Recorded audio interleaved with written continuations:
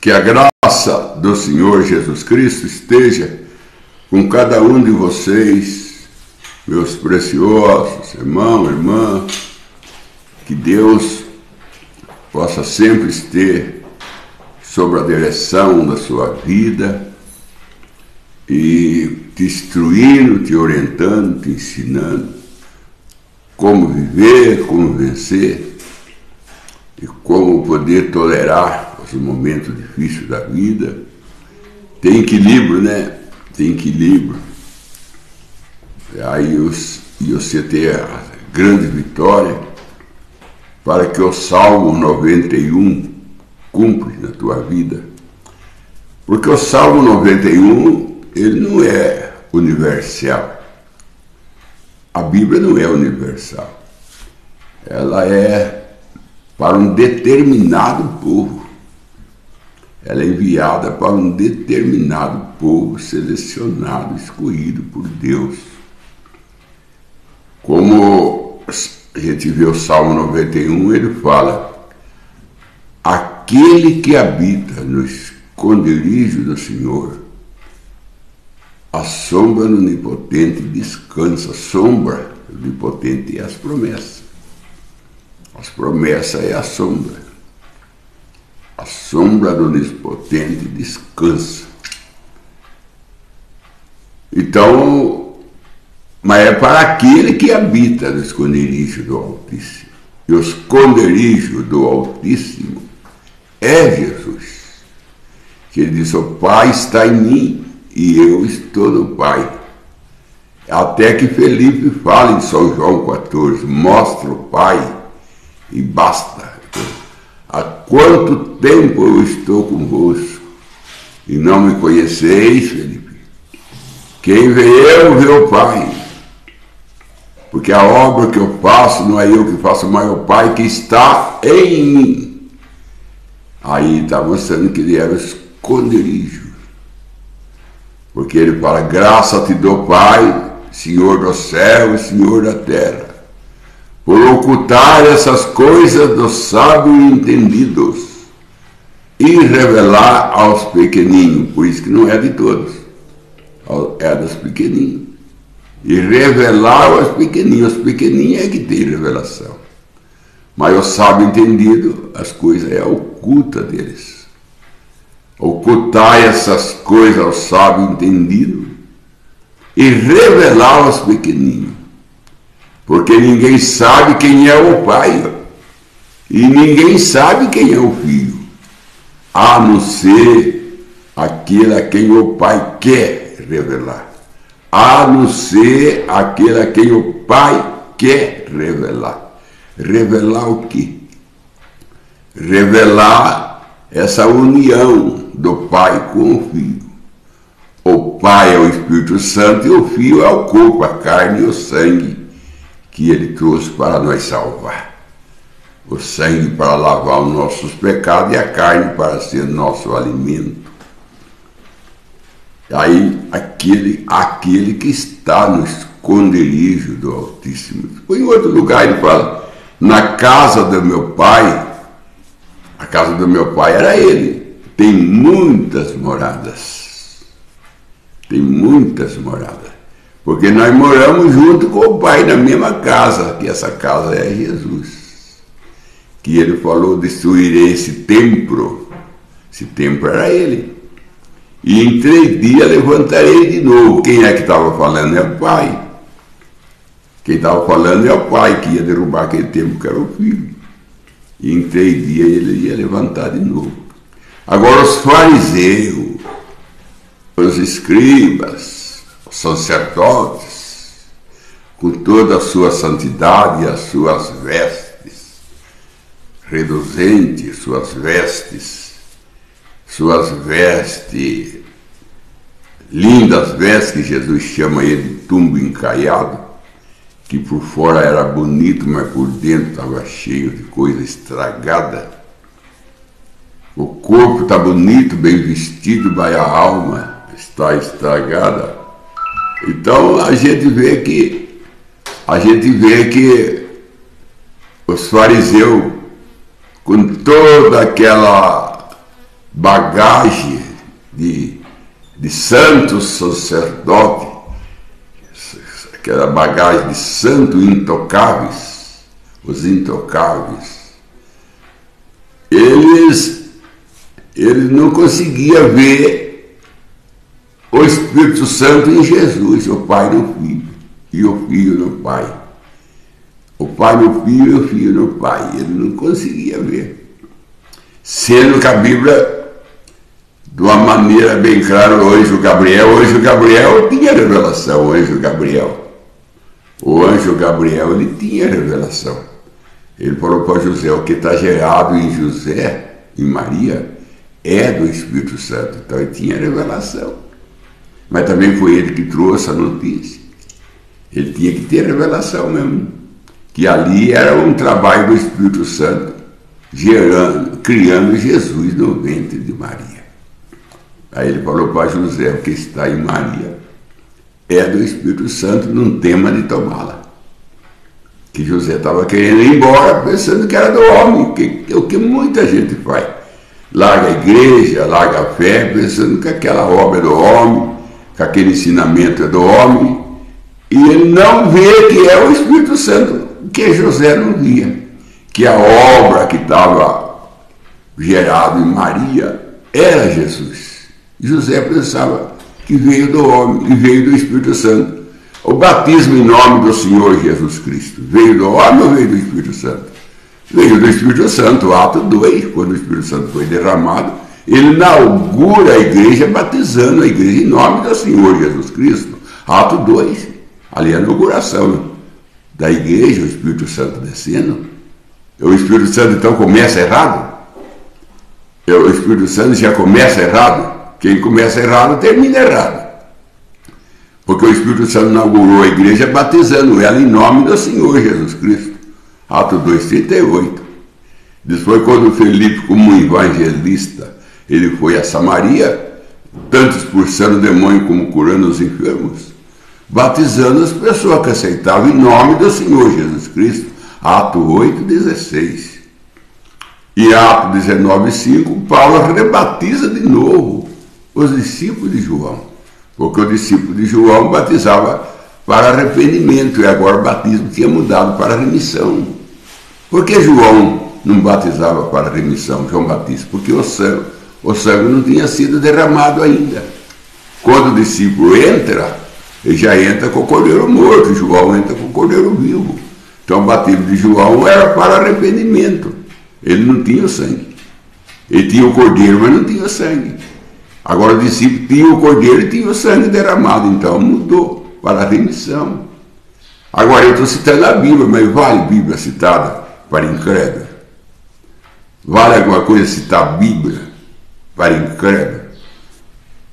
É a mesma coisa de você querer dar um banho num porco, passar perfume no porco, depois você sorta o porco, limpinho, cheiroso, primeira lama ele entra nela, ele entra nela e joga todo fora o seu trabalho de lavar ele, limpar ele, perfumar ele, e joga tudo fora, porque o porco não é, a natureza do porco é lama, você não tem jeito de evitar isso, é lama. Então você pode ensinar com o batismo em nome de Jesus Cristo, você pode mostrar para ele, São João 13, que Jesus lavou o pé e manda lavar, assim como eu fiz, faça vós também. Eles vão lá e ele torce tudo. Fala que pode dar uma cesta básica, está lavando o pé, que para amar o irmão, perdoar o irmão, já está lavando o pé. Jesus não falou isso. Jesus não falou isso. Jesus mandou lavar o pé, lava o pé um do outro, assim como eu vi, faça vós também. Agora, se a pessoa não tem revelação, se ela não for lá atrás, lá em Abraão, quando ele recebe a visita dos 3 anjos, a primeira coisa que ele faz é pôr a água na bacia para os 3 lavar o pé. Já começa com lava-pé lá em Abraão. Por isso que faça a obra de Abraão, quem é filho de Abraão. Depois vai ver os 4 sacerdotes com a arca no ombro, no passar o Jordão. Quando os 4 põem o pé no Jordão, o Jordão abre. Quando eles põem o pé, o Jordão abre. Aí Deus fala para Josué, quando ele entra em Canaã: aonde você colocar o seu pé, é seu. Seu pé é seu. Aí ele vem com Jesus. A mulher agora o pé de Jesus com lágrima. Jesus teve uma lavagem de pé especial, né? O pé dele não foi lavado com água comum. Foi lavado com lágrimas. A água foi lágrimas. A toalha de Jesus também não era comum, era o cabelo dela. Ali não tinha nada comum. Ali tudo era dela para Jesus. Ela se derramou. Tudo que estava nela, ela derramou em Jesus. Suas lágrimas, seu cabelo. Porque ela apontava para a noiva. Ela estava fazendo um quadro da noiva, que ela dá tudo para Jesus. Até o perfume que ela compra era o melhor de todos os perfumes e era mais caro do que todos os outros. Era mais caro, era o melhor perfume que existia. Ela comprou para Jesus. Porque a noiva, a esposa de Cristo, a igreja, a esposa, ela dá o melhor para Jesus. Ela se derrama suas lágrimas, ela derrama seu amor em Jesus. A noiva derrama tudo em Jesus. Aí quiseram impedir ela. Não faça tal, isso é um desperdício. Judas Iscariote era um deles. Vende isso daí, dá para os pobres. Jesus defende ela. Porque Jesus defende aquele que está fazendo uma obra para ele. Jesus defende. Você quer que Jesus defenda você? Trabalha para ele. Você quer ver Jesus defender você? Se colocar por você? Tomar as suas dores? Tomar as suas dores? E ficar entre você e o acusador? Você quer? Trabalha para ele. Quando ela lavou o pé dele com lágrimas, enxugou com seu próprio cabelo, derramou sobre ele o melhor perfume, o mais caro que tinha, e beijava o pé dele. A pessoa beijava o pescoço do outro, como o ósculo santo. Beijava o pescoço do outro. Ela beijou o pé. Ela mudou todos os quadros. Ela beijou o pé, mostrando que vocês beijam o pescoço. Uma vez que o pescoço está lavado, perfumado, vocês beijam. Eu vou lavar o pé dele. Vou beijar o pé dele. Ela beijou o pé. Aí foram querer ser contra ela, achando que ela estava exagerando, com fanatismo, exagerando, desperdiçando perfume. Foram falar para ela. Jesus tomou a dor, Jesus tomou a frente. Deixa ela. Deixa ela. Eu encontro na Bíblia Jesus falando para os discípulos, para Judas: deixa ela. Ela está fazendo uma boa obra para comigo. Deixa ela. Depois eu encontro também Bartimeu, quando ele vai atrás de Jesus, que era cego. A multidão quis impedir, porque ele gritava alto, mandando ele acatar. Ele gritava mais alto ainda, porque é assim que faz, né? Davi falou para Mical: você está aborrecido porque eu estou dançando por causa da arca? Amanhã eu vou dançar mais ainda, mais forte ainda. Amanhã eu vou dançar mais forte. Se hoje eu sou isso, amanhã eu sou mais. Depois de amanhã eu sou mais. Assim é o cristão. O cristão, cada dia que passa, ele é mais cristão. Cada dia que passa, sua fé aumenta, seu amor aumenta. Não é cristão que vai apagando, né? Hoje é cristão, amanhã eu acho, depois de amanhã eu vou pensar. Não é esses cristãos que vai se apagando, vai desaparecendo como nuvens sem água, né? Cristão, cada dia que passa, ele é mais Ele está mais perto de Jesus do que teve ontem. Hoje eu estou mais perto de Jesus do que eu tive ontem. Amanhã eu estarei mais perto do que eu tive hoje. E até que chega um dia eu entro nele. Chega um dia eu entro nele, que nem não entrou na arca. Aí é vencer cada dilúvio. Tem que entrar para vencer. Porque quem venceu não foi Noé, foi a arca. E quem vence não é nós, é Jesus.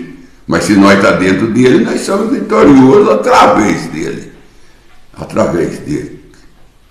Agora, entrar em Jesus, aquele que habita no esconderijo do Altíssimo, esse está descansando na sombra do Onipotente, que é as suas promessas. Porque o anjo disse para Maria, o Espírito Santo vai fazer sombra sobre você. Fazer sombra ele ia fazer, ele ia trazer a promessa de Isaías, uma virgem conceberá e dará à luz um filho. O anjo, o Espírito Santo pegou essa profecia e veio sobre Maria. Ele tem que usar a Bíblia, Deus não trabalha sem a Bíblia. Interessante, meu irmão, o irmão Brana diz que isso é São Mateus 4, quando Jesus venceu Satanás, que ele deu 3 investidas sobre Jesus, e Jesus venceu ele, está escrito, Satanás está escrito. Jesus não usou nenhum poder dele. Jesus não falou em língua para ele, Jesus não profetizou para ele, Jesus não transformou nada, não usou nenhum seu poder, nenhum. Ele só falou, está escrito Satanás. Ele venceu Satanás com a Bíblia. E aí vem o William Branham e fala, ali ele deu uma lição para nós, como vencer Satanás. Você só vence Satanás com a Bíblia. Irmão, o irmão Branham conta uma experiência de uma guerra. Eu não sei se é a guerra de 40 ou a guerra de 14, eu sei que era uma guerra. E aí foi dado ordem para um soldado jogar uma bomba aonde estava o armazenamento de armamento do inimigo. Tinha um lugar que estava armazenado os armamentos dos inimigos. E tinha lá vários soldados inimigos guardando o esconderijo. Aí foi dado ordem para o soldado, vai lá e joga uma bomba em determinado lugar, porque ali está o esconderijo deles. Aí ele foi lá para destruir o esconderijo do inimigo, é lógico. Quanto menos arma tem, melhor é. Então vamos explodir o esconderijo dele. Mas lá no esconderijo tinha um soldado guardando o esconderijo. E um dos soldados estava lendo a Bíblia. Ele estava sentado lendo a Bíblia. Aí ele chegou com a bomba na mão para jogar e explodir todo o esconderijo e ia explodir o soldado também. O soldado também ia ser explodido. Aí ele olhou, antes de atirar a bomba, ele olhou. Aí ele viu um soldado lendo a Bíblia. Aí ele falou, eu não vou jogar bomba no esconderijo dele, porque tem um soldado lá lendo a Bíblia. Se ele está lendo a Bíblia, eu vou respeitar, ele está lendo a Bíblia. A mesma Bíblia que eu li, ele está lendo. É a mesma Bíblia, então ele crê no mesmo Deus que eu creio. Por que eu vou jogar bomba nele?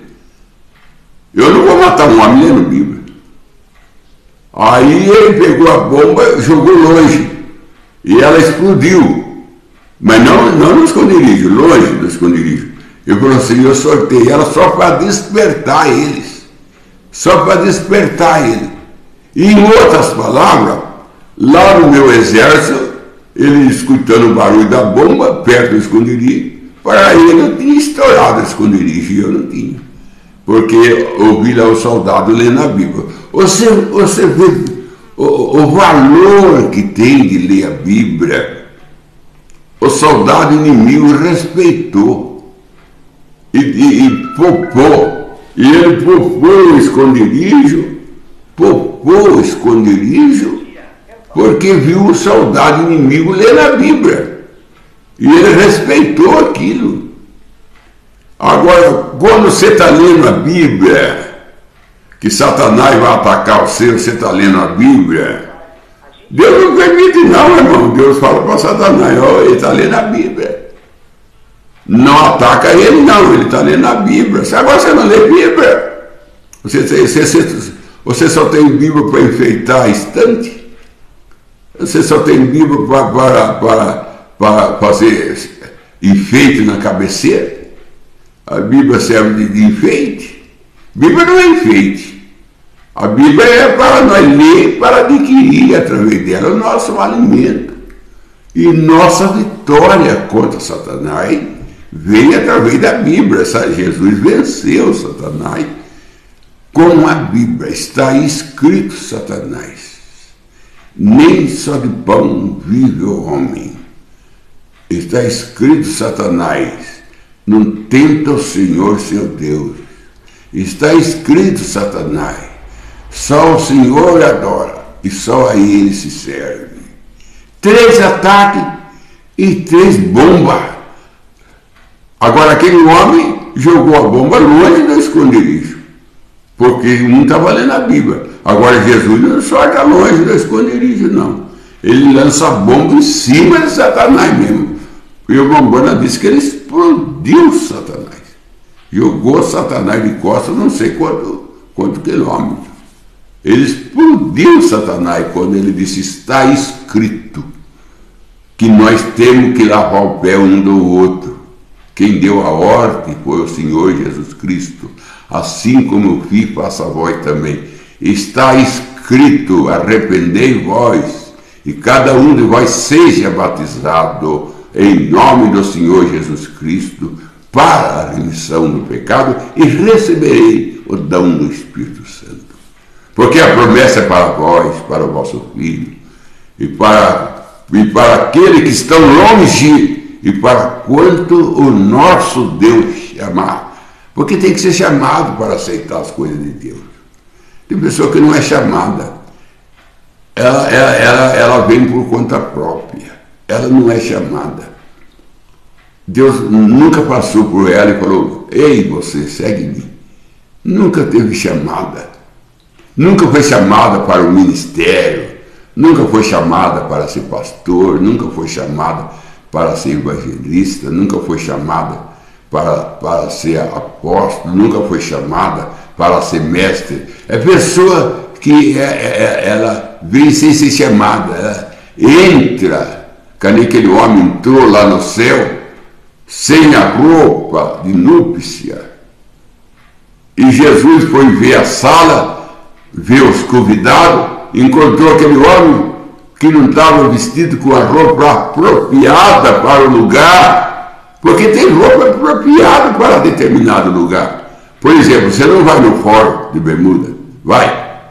Você entra no fórum de bermuda, você entra no fórum de chapéu. Tem pregador que prega de chapéu em cima do púlpito. Pregador, hoje está assim, pregador pregando de chapéu em cima do púlpito. Que respeito que ele tem com o púlpito. Que respeito. Sendo que nem no fórum você pode entrar de chapéu. Eu estou falando isso com experiência própria. Uma vez eu precisei ir no fórum e eu entrei de chapéu, o guarda falou comigo. O guarda chamou eu e deu sinal, o chapéu. Aí eu tirei o chapéu, porque não pode entrar aqui de chapéu. Agora você pode entrar no púlpito, falar de Deus, administrar a palavra de Deus, administrar a cura divina de chapéu. Se nem no fórum você pode entrar, nem no hospital você pode entrar. Tem bastante lugar que não pode entrar. Eu vi escrito na porta de um bar, eu vi escrito uma placa assim: põe a camisa para entrar aqui. Mas no bar, onde vende bebida alcoólica, cigarro, sim, está escrito na porta do bar: põe a camisa para entrar aqui. Agora hoje você vê o pregador pregando em cima do púlpito de manga de camisa, como se ele estivesse no churrasco, pregando de manga de camisa. Isso é roupa esporte, irmão. Pregar de manga de camisa É roupa esporte, tudo nós sabemos o que é roupa esporte. É roupa de passear, é roupa de ir no churrasco, é roupa de ir no aniversário, é roupa de ir no chá de cozinha. Não é roupa para púlpito. O irmão vai lá ver lá na lei aos Levítico, que é dado por Deus, o que Moisés prega, como se comportar os levíticos no altar, no templo. Ele tinha que vestir roupa de linho e tinha que vestir a roupa íntima, tinha que ser calção. Não é zorba, não. Não é zorba. Calção. Agora a pessoa sobe no púlpito de zorbinha, a pessoa sobe no púlpito de manga de camisa, nenhuma gravata usa, porque a gravata é símbolo do respeito. A gravata é símbolo do respeito, é símbolo de posição. A gravata mostra a posição. E você está falando de Deus, você está em posição. Eu vi um pastor da África pregando, muito bem sucedido, ele é. Eu considero ele um pastor muito bem nas suas mensagens, nas suas maneiras de pregar, ele é bem sucedido. Tem uma pregação muito boa.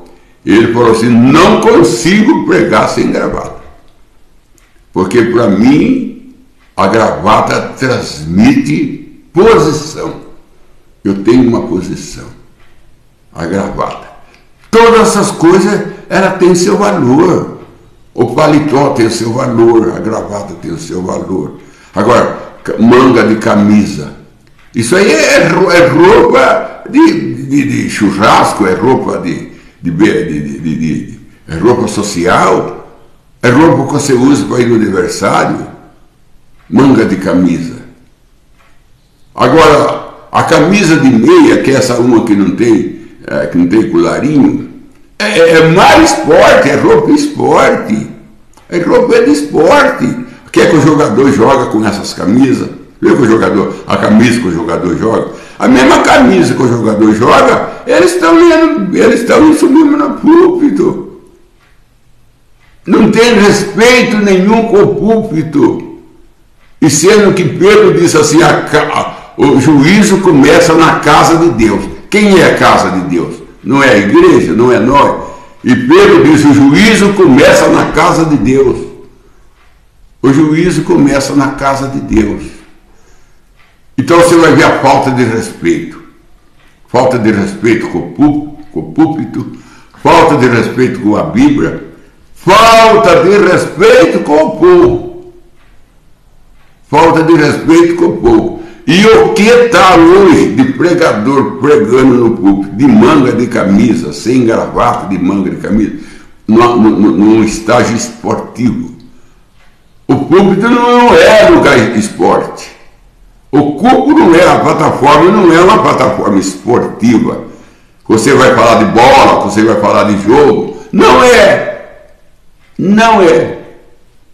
Você pode ver que os deputados, os vereadores, os senados, aquelas pessoas ali que estão ali para governar o povo, para ajudar o povo ali em Brasília ou outro lugar, todos eles estão no paletó e gravata, meu irmão, porque estão tratando de coisa séria, estão tratando das coisas da humanidade, dando lei, tirando lei, julgando causa, todo de gravata, todo deputado, você vai ver, todo de gravata. Então agora você vai na igreja, que é o lugar mais santo que tem, o lugar de maior respeito, para mim, é a igreja. O pastor está de manga de camisa, sem gravata.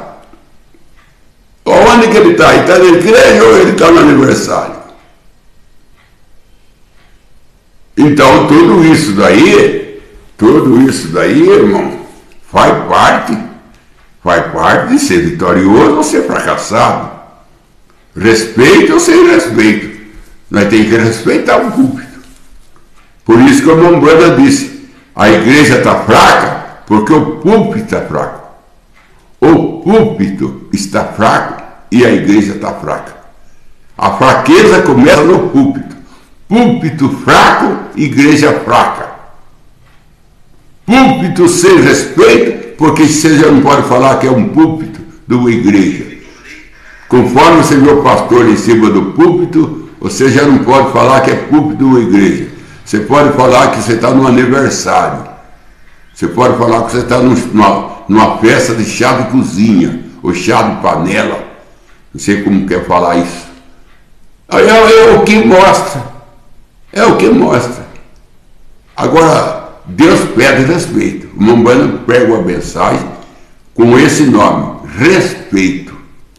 E o anjo que subia na presença de Deus, Isaías 6, que era o serafim, ele subia com o rosto coberto e com o pé coberto. Com o rosto coberto e com o pé coberto. Tinha 6 asas. Com 2 voava, com 2 cobria o rosto, com 2 cobria o pé. Cobrir o rosto, o Mombana disse, é respeito. Cobrir o pé era humildade. Com essas 2 asas, cobrir o rosto e cobrir o pé, respeito e humildade. Com 2 ele chegava na presença de Deus. Você quer ir na presença de Deus? Você quer ir na presença de Deus? Então você tem que usar 2 asas. Cobrir o rosto e cobrir o pé. Você tem que ser humilde, você tem que ter respeito e humilde. 2 coisas você tem que ter para chegar na presença de Deus. Ser pessoa que respeita e ser humilde. Se você conseguir essas 2 coisas, respeitar e ser humilde, você voa até a presença de Deus. Que Deus te abençoe em nome de Jesus Cristo. Vamos para as perguntas da tarde. O irmão Oliveira Marcelo pergunta: por que o tempo de purificação da mulher que dava luz a uma menina era maior do que quando ela dava luz a um menino? Obrigado, pastor. Então, irmão, está lá em Levítico, né? Essa leitura aí, que a mulher que dava à luz uma menina, ela ficava, o tempo de purificação dela era mais longo do que o tempo da mulher que dava à luz um homem. Então, era o tempo que chamava tempo de limpeza. Tempo de limpeza. Então, enquanto não cumpria o tempo de limpeza, ela não podia entrar no santuário. Ela não podia entrar no santuário, ela não podia ir na igreja adorar a Deus, porque ela não estava limpa e ela precisava se limpar para depois vir para a igreja. É lindo o quadro, irmão. A gente tem que se limpar para ser adorador de Deus. Ela tinha que se limpar para voltar a adorar a Deus. Enquanto não chegava o tempo de limpeza, ela não podia entrar no santuário. E nós podemos? Sujo, nós podemos? Também não podemos. Nós também temos que se limpar com o sangue de Cristo. Ficar limpo com o sangue de Cristo para nós ter direito de ser adorador de Deus. Para adorar a Deus tem que ser limpo. E ela só podia adorar a Deus quando ela acabava o tempo de limpeza dela. E o tempo de limpeza dela para a mulher era parece 60 e pouco dias. Para o homem era menos dias. Isso aí mostra, irmão, isso aí mostra. Jesus, ele deu à luz uma mulher no Calvário. Ele deu à luz a igreja, como Adão deu à luz Eva. E Jesus deu à luz uma igreja. Então ele ficou 40 dias para depois subir. Ele ficou 40 dias para depois subir. Porque ele deu à luz uma mulher. E quem dava à luz uma mulher ficava mais dias para chegar na presença de Deus. E Jesus tinha que ir na presença de Deus. Então ele demorou 40 dias. Por que 40 dias? Porque ele deu à luz uma mulher. Agora, nós, a noiva, segundo a mensagem, escolhendo uma noiva, lá no fim da mensagem, escolhendo uma noiva, o irmão Branham diz que nós vai dar à luz um homem, Jesus. Nós estamos grávidos para dar à luz Jesus. Então nós fica menos dia. porque nós vai dar luz um homem. Então nós fica menos dia, nós fica 30. É o que se mostra que Jesus ficou 40 e nós fica 30. 40 com 30 é 70. E Salmo 90, verso 10, fala que a idade que Deus dá para um homem é 70 anos. Passando disso vem canseira e infarto, que é tribulação. Que é tribulação. Depois dos 70 é tribulação. Então 40 de Jesus com 30 dela, passando disso é tribulação, entra a tribulação. Mas ela tem que ficar 30 dias para depois entrar a tribulação. De acordo com o Salmo 90, verso 10. Por isso que ele deu à luz uma mulher e nós dá à luz um homem. Ele ficou 40 dias, nós fica 30. Então 30 com 40 é 70. Então que Deus ricamente te abençoe. Vamos para a próxima pergunta, o irmão Ironildo Dias. Ele pergunta: pastor, como reconhecer que tenho o chamado de Deus para pregar o Evangelho? Olha, reconhecer que você tem um chamado de Deus para seguir a mensagem é uma coisa. Agora, você ter conhecimento de Deus, conhecimento, né?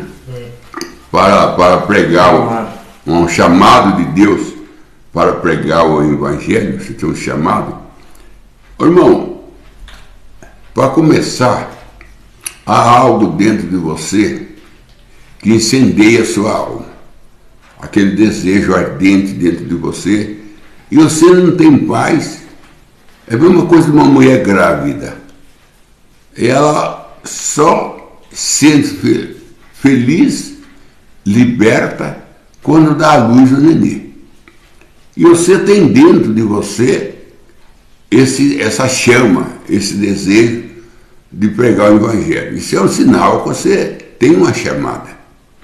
E você só sente paz quando você dá à luz esse ministério, você prega esse ministério. Esse é o sinal que você tem uma chamada.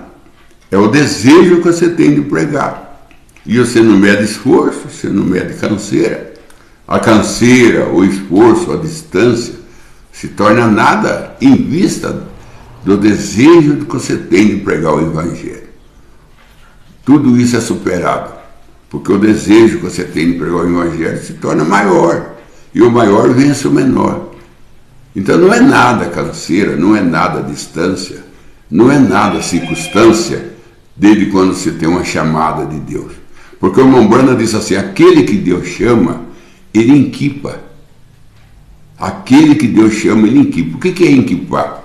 É a mesma coisa de chamar um soldado para a guerra.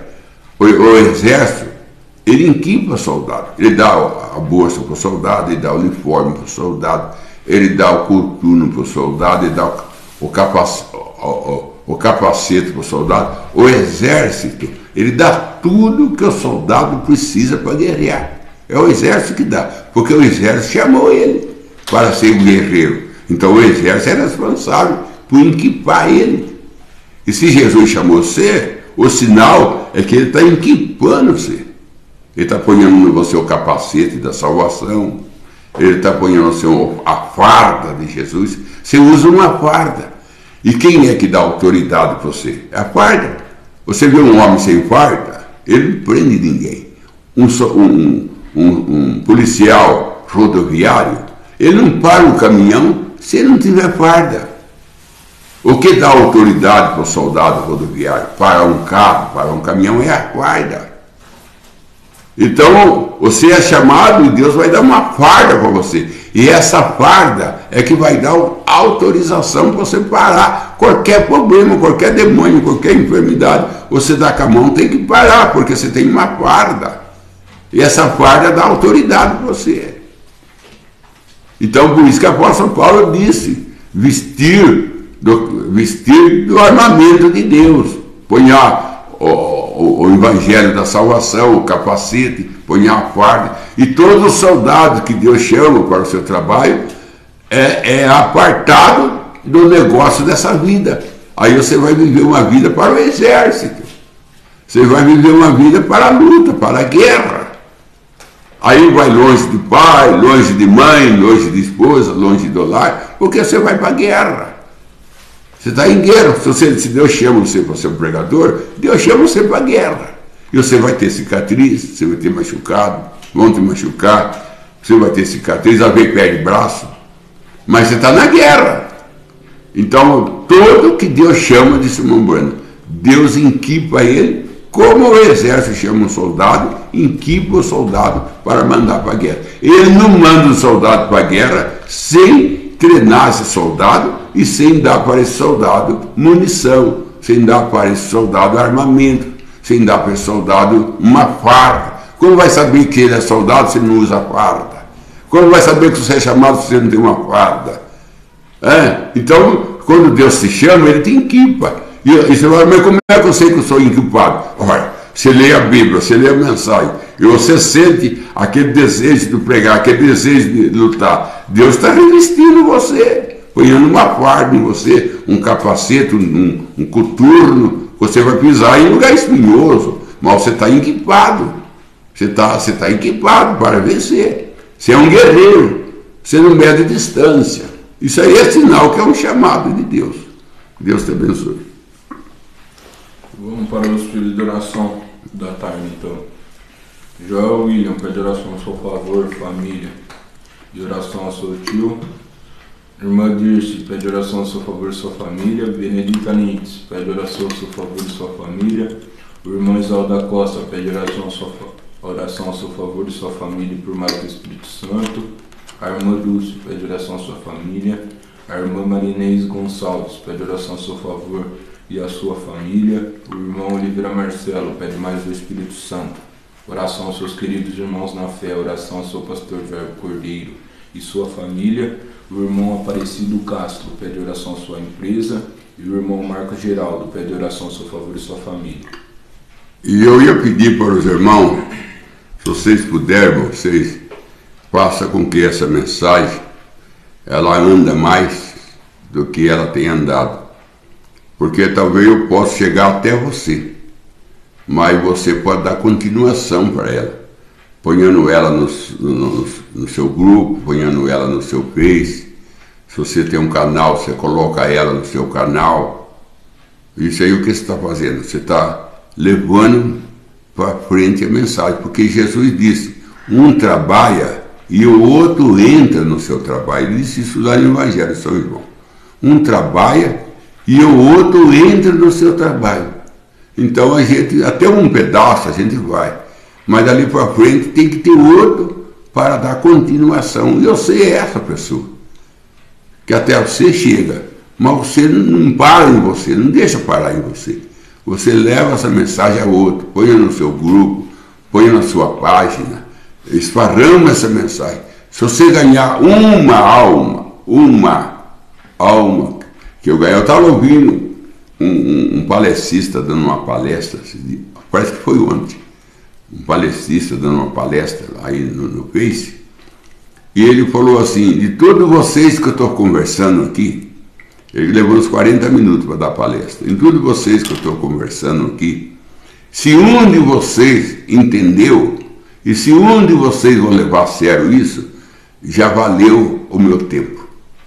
Então, se uma alma ganhar com esse Face que eu faço, se uma pessoa ficar curada, se uma pessoa que está desviando voltar novamente para o seu posto de dever, porque nós temos posto de dever com Deus. Nós não vivemos a torto direito, nós temos um posto de direito, de dever, como a arca de Noé tinha. Nós temos um rumo. Então você tem galardão nisso, porque você ajudou o Evangelho. E você não ajuda o Evangelho só pregando, você pode pegar a pregação de outro e levar o outro. Quando o irmão Brando tinha um casal nos Estados Unidos, com o casal de velhinho, os dois não tinham como pregar. O casalzinho não tinha como pregar. Então o que eles faziam? Eles pegavam uma fita do irmão Bueno, compraram um gravadorzinho pequeno e chegavam numa família, falavam para a família, vocês não dão licença de eu ficar aqui uma meia hora com vocês? Não, pode entrar. Só que eu queria que nós ouvíssemos uma fita. Posso? Pode pôr a fita. Aí sentava na sala com a família, ouvia a fita, despedia e ia na outra casa. Ele não pregava, mas ele levava a pregação. Você não é cozinheiro, mas você pode levar comida para outro. Você pode levar comida. Quanto entregador de comida não tem na rua, entrega comida, e ele nem sequer sabe fazer um arroz, mas entrega comida que o restaurante vai. Assim é você. Você não é um pregador, mas você entrega a mensagem que o outro prega. Vamos trabalhar, irmão. Não vamos cruzar o braço, não. Sabe por quê? Sabe por quê? Esse mesmo que estava fazendo a palestra falou assim: Deus cobrará você. Deus vai cobrar você naquele dia. Se Ele deu um talento para você, se Ele deu para você uma voz, se Ele deu para você uma sabedoria, e você não usa isso aí para ganhar outro, para ajudar outro, Deus vai pedir conta de você. Porque se você pode fazer o bem, disse Paulo, e não vai, nisso você está pecando. Se você pode fazer o bem e não vai, nisso você está pecando. Você está pecando por não fazer o bem aos outros. Já é pecado. E você pode fazer o bem. Mandar essa mensagem é um bem que você está fazendo. Pode salvar casamento, pode fazer o jovem voltar novamente aos pais, à mãe. Você pode ajudar. E você tem meio de ajudar, porque Deus dá meio, que nem eu disse. Deus tem equipado nós, irmão. Deus não tem deixado nós de mão limpa, não. Deus tem equipado nós. Deus tem levantado a tecnologia, né, Dada? Para o celular, Face, tanta coisa. Deus tem aberto porta. Para quê? Computador. Por que Deus tem deixado a ciência levantar tudo isso daí? Para ajudar o Evangelho, irmão. Isso é Deus para que o Evangelho caminhe. Quanto mais o Evangelho anda, quando esse Evangelho será pregado a toda criatura, o Senhor dirá. Está escrito na Bíblia. Esse Evangelho tem que ser pregado a toda criatura. Aí o apóstolo Paulo diz: prega no tempo e fora do tempo. Prega no tempo e fora do tempo. Mas prega o Evangelho. Então vamos orar. Senhor Deus, em nome do Senhor Jesus Cristo, não deixa nós ser crente acomodado, deixar os confortos da vida paralisar nós, mas deixa nós ser crente preocupado com as almas, preocupado com aquele que ainda não está salvo, preocupado com aquele que está enfermo e está em cama e a família está sofrendo, e o Senhor tem cura para dar, e o Senhor usa nós para levar. Então, Pai, se nós é um veículo, é uma ferramenta, usa nós para levar ao Senhor aquele que ainda não tem o privilégio de receber o Senhor. E o Senhor colocou na nossa mão essa missão. E ajuda nós a cumprir e tira nós do comodismo, tira nós do sofá, tira nós das mesas recheadas de travessas, bolo, sobremesa, tira nós um pouco desses confortos e leva nós a preocupar com a alma, Senhor, em nome do Senhor Jesus Cristo. Se tiver alguém enfermo, cura, Senhor, Pai, para que a família se sente mais aliviada, mais feliz, que ninguém é feliz com um parente doente. Se tiver alguém desviando do caminho, traga de volta. Se tiver alguém que não aceitou o Senhor como Salvador, que o Senhor traga um despertamento. Em nome do Senhor Jesus Cristo. Amém, Senhor. Amém.